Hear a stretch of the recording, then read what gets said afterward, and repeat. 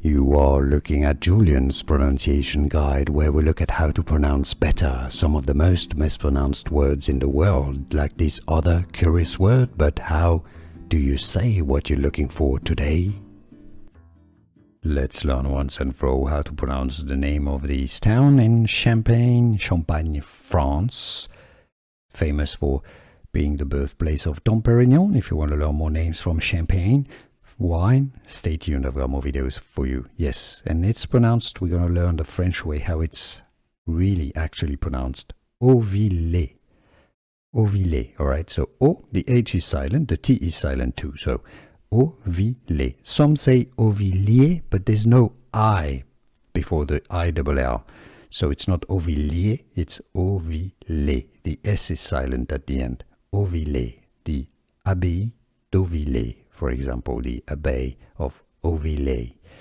In English, you can say Hauvillers, from French, Hauvillers. Here are more videos on how to pronounce more confusing words and names too many mispronounced. Like this video if you found it useful. I appreciate your support. I'll see you soon and thanks for watching.